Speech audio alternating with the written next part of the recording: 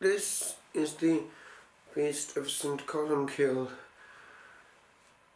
Each feast has its grace and oftentimes also its store of memories.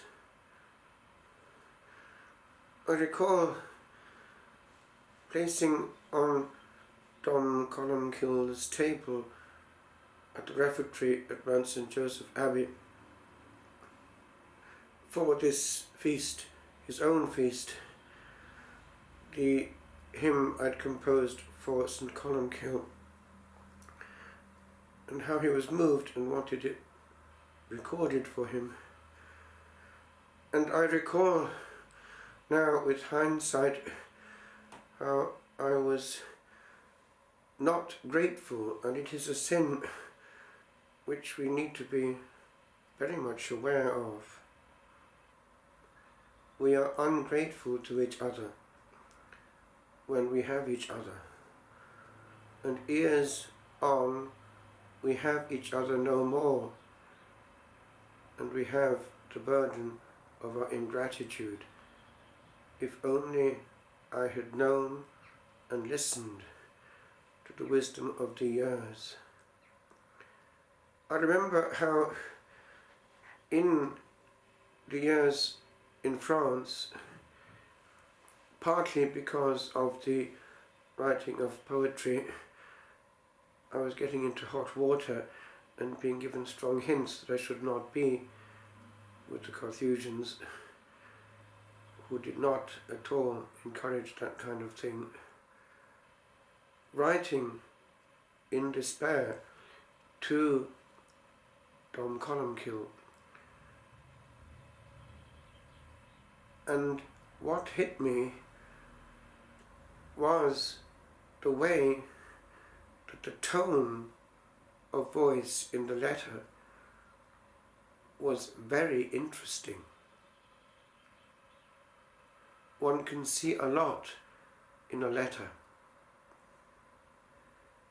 A hand-written letter.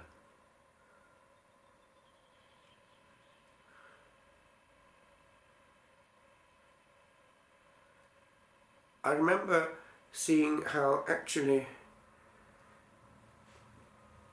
the care of this spiritual father, the gentleness and genuine solicitude for the good of the soul was coming through very strongly.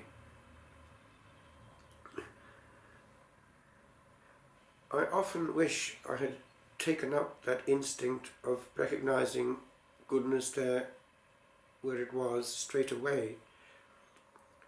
I did it, but that's another story. But what I want to leave in this little message here is this. If one finds a caring spiritual father, an abbot who really has time for each individual in the community and lives for his community and not for those outside, then one actually needs to think twice before abandoning that person. What actually happened was that I had been formed in France for 10 years in strict silence, and I wasn't able to adapt to a more elastic way of doing things, and it came to being transferred to Dom Columcille in Ireland in the mid-80s. But I wish I had listened to what he had said, which was this when I got there: that it's more a question of blending in to a community and being owned by it than of just looking at a structure and observances. It was a profound message which I didn't understand at the time, but it was too late then when I did understand it much later on. And what I did see in the months there in Moscre was this, that even though the modalities were somewhat different, there was something there which was not indifferent, and that was the care to each individual monk. And it came through very strongly at the death of a monk. We would be keeping vigil before, during and after death, psalms and psalms, but also the abbot's care was wonderful. And I remember how something similar to what happened to the death of St. Columcille, happening in the death of Father Canis under the care of our Dom Columcille. It was this: St. Columcille, when he was dying in 597, had the brethren around him, and in weakness, with the help of the others, raised his hand in blessing. Well, Father Canis, just before dying, was fully lucid and asked for absolution one last time from Abbot Columcille, and then he himself, Father Canis, with one last spurt of dying energy, lifted his dying hand and gave a last priestly blessing himself. Now, we heard from Dom Columcille how Father Canis had reacted to the developments after the council. I had known Father Canis, I had worked for him, making altar breads, and he was, I knew, very close to God. Now, he was always known to be a holy monk there. He would never talk, and when it came to the loosening of discipline on certain questions of penance, he doubled up on his own penance so as to make up for what was not happening in community, which of course damaged his own health and shortened his life. He wasn't all that old when he died. And I just remember how, seeing in the abbot somebody who spent hours and hours with him in hospital, the Martyr Hospital in Dublin, until he petered out, that the care of the soul is genuinely the fruit of inner sanctity. He had been made abbot already in 1963 and guided the community right through the changes. It had been a massive community. It had gone up to about 220 monks, hence they were able to found more than once.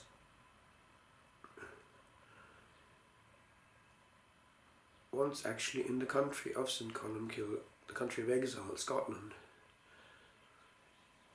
Now, when it came to not settling, I remember how it came to a head eventually. I wasn't quite sure how it was going to work out, but I thought at the time it might be possible to do something in Wales and bring over some kind of monastic life, perhaps in the ambit of the charismatic renewal which was growing in France, to North Wales, to Welsh Wales, but it didn't work out in the end, although a foundation actually was made but didn't last very long in the south. And anyway, it came to going to the abbot and explaining what was on my heart, and then after mentioning to him what was coming to a head, I remember going out of his cell, his office, and just a sigh came. I knew secretly I'd made a mistake, and I wrote this.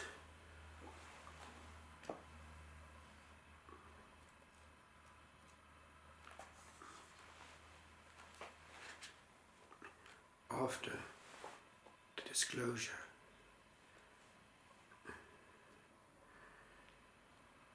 there echo oft hewn chasms neath a sigh, and what the mouth sounds not, the breast ill seals. The language of the heart that dares not cry, the unheld of what we are, its flow reveals. Oh, happiness that held me for a while, wilt thou too now betake thee to the past? Will these that here in gentleness still smile upon this oft blocked road now smile their last? Must I haul in this anchor once again and drift so far away from what I am? The heart of man was made for unfelt pain, and he lives well that well hath walled this dam,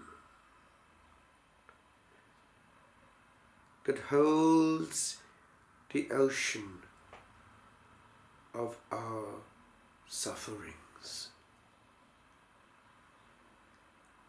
and keeps his sorrow for e'en sadder things.